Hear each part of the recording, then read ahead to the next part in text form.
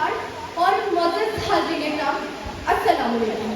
آج اس معزز ایوان میں مجھے جس موضوع پر لفظ شے کی جسارت نوازی گئی ہے وہ ہے ایک مسلم حرم کی پاسبانی کے لیے۔ جناب صدر، یہ بات پوری عالم پر روزے روشن کی طرح عیاں ہے کہ مسلمان ایک مسلم اور آزاد قوم کی حیثیت رکھتے ہیں۔ آج ایک طرف پاکستان اور اسلامی ممالک انتہائی نازک دور سے گزر رہے ہیں، اب تو حرم کی پاسبانی کے لیے ایک ہونا لازم ہے۔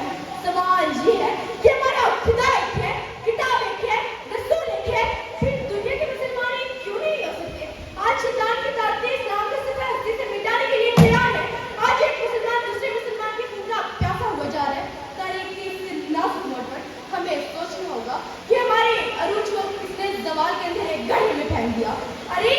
ارے کب بہت جنہوں نے اپنے دشمن کے ناخن سے کیبل کھا ڈالا اور ایک گھر میں کہ اپنے آبا اجداد کی تعلیمات کا اعتبار بھلا بیٹھے ہیں اور پھر بربادی کا اپنا مقصد بنا بیٹھے ہیں۔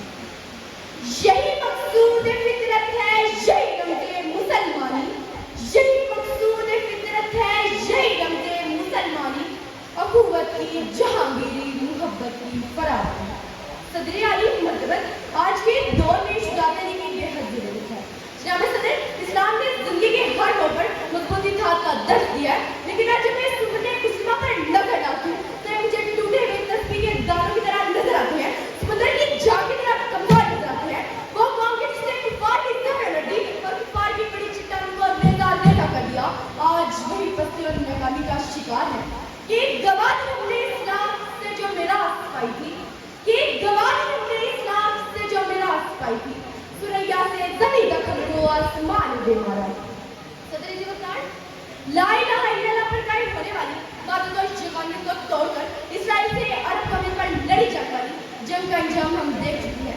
خطرات کی جو گمبھیر وادی ہمارے سڑک پر منڈلا رہے ہیں، ہم ان کا مقابلہ صرف اور صرف بامی اتحاد کے ذریعے ہی کر سکتے ہیں۔ میدانے جنگ و خون کو توڑ کر ملت میں خون ہو جا، نہ دورانی رہے باقی، نہ ایرانی نہ افغانی۔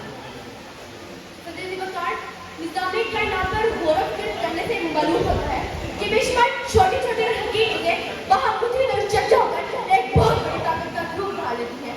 ننھے ننھے قطرے مل کر ٹھاٹے مارتے ہوئے خیبر کا دریا اور سمندر کی شکل اختیار کر لیتے ہیں۔ لہٰذا اتحاد و اتفاق طاقت اور مضبوطی کا ذریعہ ہے، اس کے برعکس نا اتفاقی کمزوری اور زوال کا پیش خیمہ ہے۔ آپ صلی اللہ علیہ وآلہ وسلم نے اپنی زندگی میں نہ صرف اس بات کا درس دیا بلکہ ہجرت مدینہ کے وقت مواقع مدینہ کیسے دیا اور امیروں